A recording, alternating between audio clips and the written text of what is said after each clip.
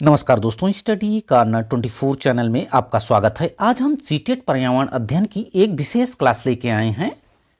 यह हमारी class quick revision type की क्लास है, जिसमें हम चर्चा करेंगे कीट भक्षी पौधों के बारे में, रेगिस्तानी ओक के बारे में, खेजड़ी वृक्ष और सिनकोना वृक्ष के बारे में।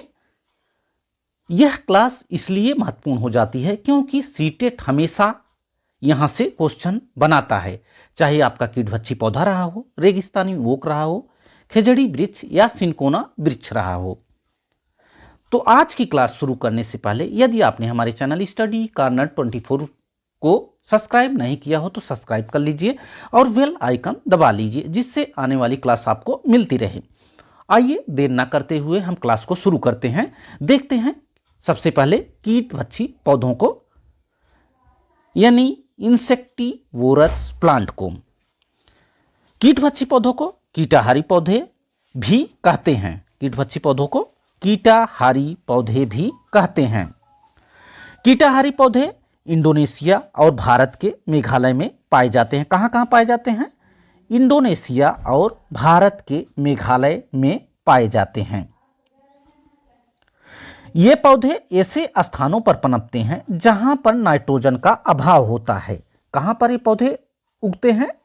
ऐसे स्थानों पर उगते हैं जहां पर नाइट्रोजन का अभाव होता है अथवा जमीन की नाइट्रोजन का उपयोग में लाने में असमर्थ होते हैं।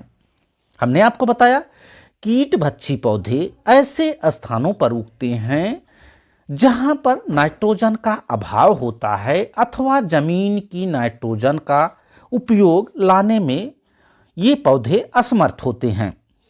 नाइट्रोजन के लिए ये पौधे निकट आने वाले कीड़ों का भक्षण करते हैं।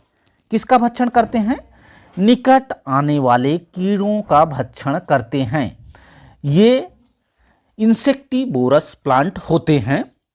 किसके लिए ये कीड़ों का भक्षण करते हैं? नाइट्रोजन को प्राप्त करने के लिए ये अपने पास आने वाले कीड़ों का भक्षण करते हैं।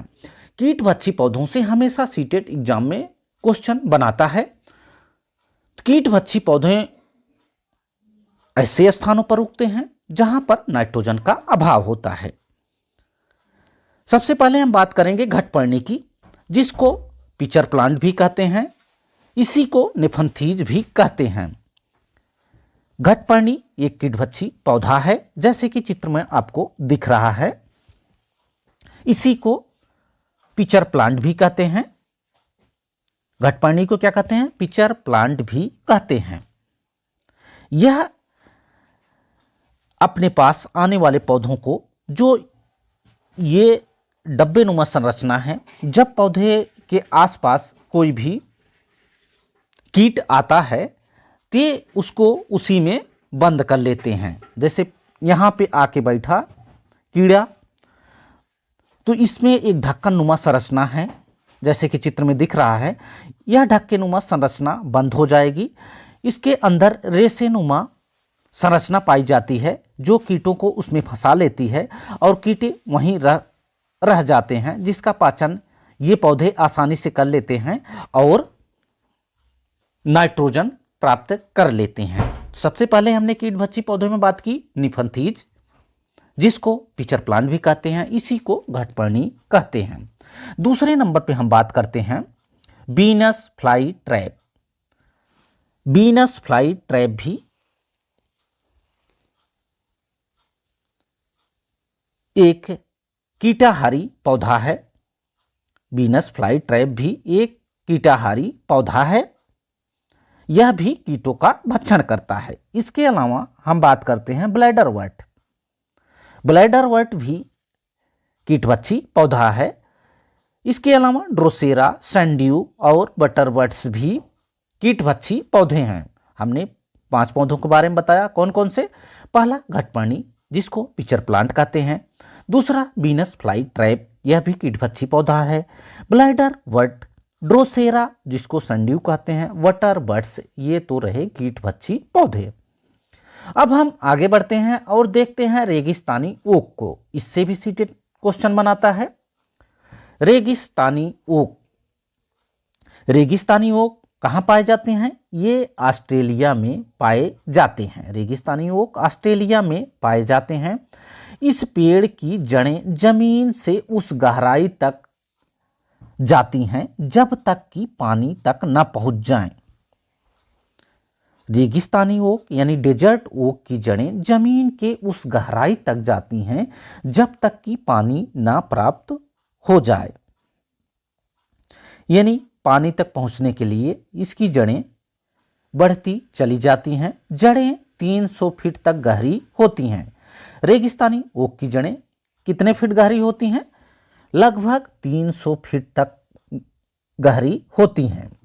जड़ें तने से 30 गुना लंबी होती हैं। रेगिस्तानी ओक की जड़ें 300 फीट गहरी होती हैं। जड़ें तने से 30 गुना लंबी होती हैं। तने से 30 गुना लंबी होती हैं इसकी जड़ें। ओक वृक्ष के तने पानी में ओक वृक्ष की तने में पानी इकट्ठा रहता है।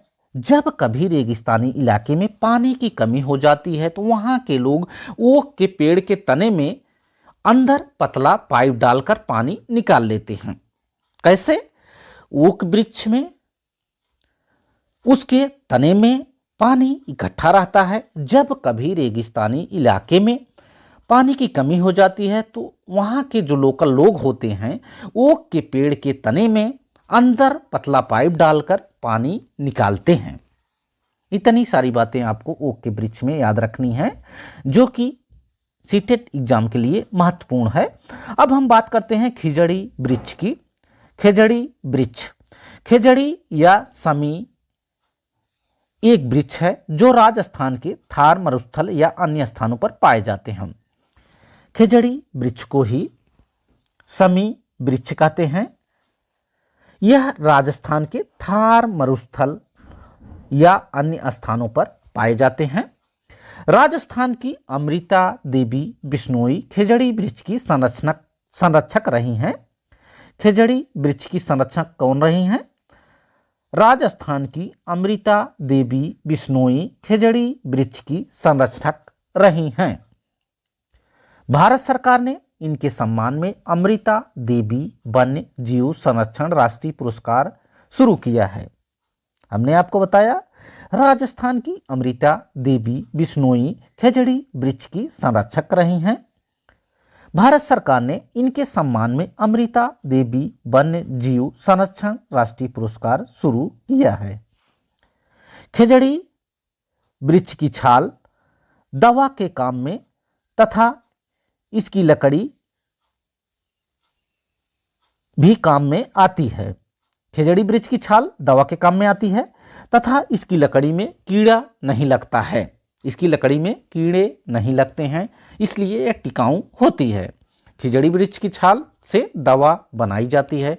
हमने आपको बताया खिजड़ी या समी वृक्ष राजस्थान के थार मरुस्थल में पाए जाते हैं। राजस्थान की अमृता देवी बिश्नोई खिजड़ी वृक्ष की संरक्षक रही हैं। भारत सरकार ने इनके सम्मान में अमृता देवी वन्यजीव संरक्षण राष्ट्रीय पुरस्कार भी शुरू किया है। खिजड़ी वृक्ष की छाल दवा बनाने के काम में आती है। अब हम बात कर लेते हैं सिनकोना वृक्ष। सिनकोना वृक्ष के बारे में, जिससे हमेशा क्वेश्चन पूछा गया है सिनकोना वृक्ष से। यह एक सदाबहार पादप है। सिनकोना कैसा पादप है? सिनकोना एक सदाबहार पादप है जो झाड़ी अथवा वृक्ष के रूप में उपजता है। किसके रूप में? झाड़ी अथवा वृक्ष के रूप में उपजता है। यह एक सदाबहार पादप या झाड़ी अथवा वृक्ष है। सिनकोना की छाल से कुनैन नामक दवा बनाई जाती है। सिनकोना की छाल से कुनैन नामक दवा बनाई जाती है जो कि मलेरिया बुखार के उपचार के लिए उपयोगी है। सिनकोना की छाल, जैसे कि चित्र में दिख रहा है, यह सिनकोना की छाल है। सिनकोना की छाल से कुनैन नामक दवा बनाई जाती है। कौन सी दवा बनाई जाती है? कुनैन नामक दवा बनाई जाती है। यह प्रश्न बहुत पूछता है एग्जाम में कि कुनैन नामक दवा किससे प्राप्त की जाती है? तो कुनैन नामक दवा सिनकोना की छाल से प्राप्त की जाती है। इसको आपको ध्यान देना रखना है, इसको आपको ध्यान रखना ही रखना है। सिनकोना की छाल से कुनैन नामक दवा बनाई जाती है, जो किसके लिए उपचार के लिए उपयोगी होती है? मलेरिया के उपचार के लिए काम में आती है।